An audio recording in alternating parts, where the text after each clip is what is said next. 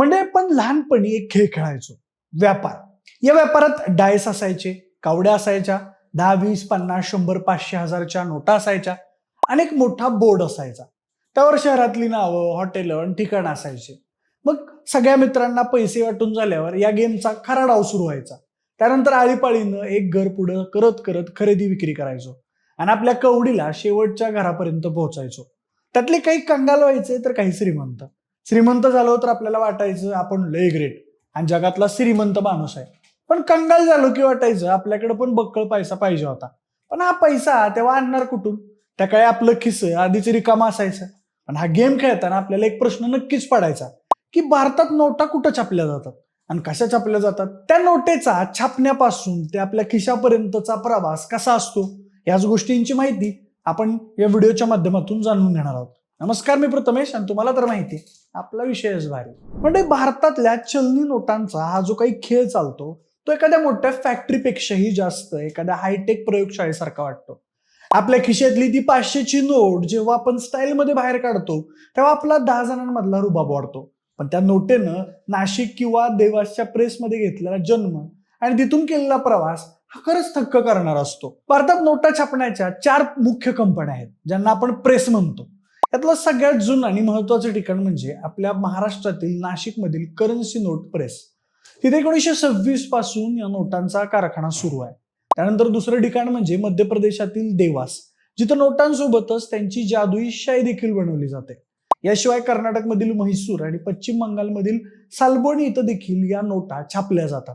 बंगालच्या सालबोनीमध्ये रिझर्व्ह बँकेच्या अत्याधुनिक प्रेस आहे. आता गंमत बघा मंडळी, या नोटा ज्या कागदावर छापल्या जातात तो कागद साधा सुद्धा नसतोच.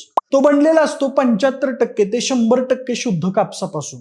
त्यामुळे ही नोट पावसात भिजली किंवा चुकून वॉशिंग मशीन मध्ये धुतली गेली तरी देखील कागदाच्या लगद्यासारखी विरघळत नाही. या नोटांसाठी लागणारा खास कागद हा मध्य प्रदेशातील होशंगाबादच्या मिलमध्ये तयार होतो आणि काही वेळा परदेशातूनही आयात केला जातो. ज्या प्रेसमध्ये नोटांची छपाई सुरू होते तेव्हा तिथलं वातावरण एखाद्या गुप्तहेर संघटनेसारखं असतं.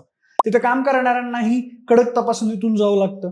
प्रेसमध्ये छापल्या जाणाऱ्या एका नोटेवर अनेक प्रकारचे थर असतात. आधी ऑफसेट प्रिंटिंग होतं, मग इंटॅग्लिओ नावाच्या पद्धतीनं उठावदार छपाई केली जाते जी आपल्याला हाताला जाणवते. नोटेवरची ती चमकणारी हिरवी पट्टी ज्याला सिक्युरिटी थ्रेड म्हणतात ती कागद बनवतानाच त्यात गुंफलेली असते. देवाशच्या प्रेसमध्ये जी शाई बनते तिचं वैशिष्ट्य असं की ती प्रकाशाच्या कोनानुसार रंग बदलते. तुम्ही 500ची नोट हातात घेऊन थोडी तिरकी केली की त्यावरचा आकडा हिरव्याचा निळा होताना दिसतो.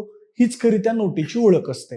दरवर्षी हे 4ही कारखाने मिळून साधारणपणे 20,000 कोटी ते 25,000 कोटी इतक्या प्रचंड संख्येने वेगवेगळ्या नोटा छापतात. ही संख्या ऐकून कोणाचेही डोळे लखलखतील. नोटांची छपाई झाल्यानंतर त्या सर्वसामान्य माणसाच्या खिशात पोहोचेपर्यंतचा प्रवास हा अतिशय सुरक्षित, नियोजनबद्ध आणि गुंतागुंतीचा असतो. हा प्रवास केवळ कागदाच्या तुकड्यांचा नसून तो देशाच्या अर्थव्यवस्थेच्या ब्लड ट्रॅव्हलिंग सारखा असतो. जेव्हा नाशिक किंवा म्हैसूर सारख्या प्रेसमध्ये नोटांची छपाई पूर्ण होते तेव्हा तिथून खऱ्या अर्थाने या प्रक्रियेला सुरुवात होते. छपाई खाण्यातून बाहेर पडणाऱ्या नोटांचा पहिला थांबा म्हणजे भारतीय रिझर्व्ह बँकेचे मुख्य कार्यालय आणि तिथली प्रादेशिक कार्यालय. या नोटा अत्यंत कडक सुरक्षा व्यवस्थेत, बंदिस्त वाहनातून आणि सिक्युरिटी सोबत या केंद्रावर नेल्या जातात. रिझर्व्ह बँक ही देशातील चलनाची मुख्य रक्षक असल्याने कोणत्या भागात किती नवीन नोटांची गरज आहे याचा आराखडा त्यांच्याकडे आधीच तयार असतो. एकदा का नोटा रिझर्व्ह बँकेच्या तिजोरीत पोहोचल्या की तिथून त्या करन्सी चेस्टकडे रवाना केल्या जातात.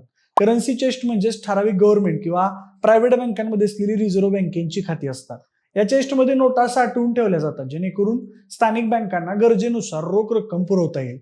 जेव्हा तुमच्या परिसरातील एखाद्या बँकेला रोख रकमेची कमतरता भासते तेव्हा ती बँक आपल्या जवळच्या करन्सी चेस्टकडे मागणी करते.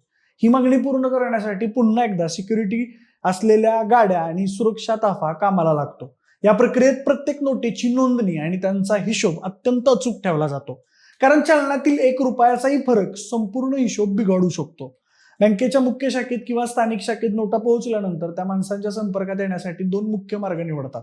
पहिला मार्ग म्हणजे बँकेचे काउंटर, जेव्हा एखादा खातेदार स्वतःच्या खात्यातून पैसे काढायला बँकेत जातो किंवा चेक वटवतो तेव्हा कॅशियर त्याला त्या नवीन कोऱ्या नोटा हातात देतो.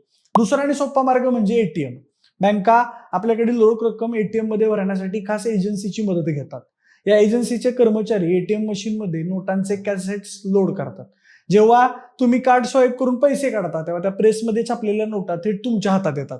मात्र हा प्रवास इथंच थांबत नाही.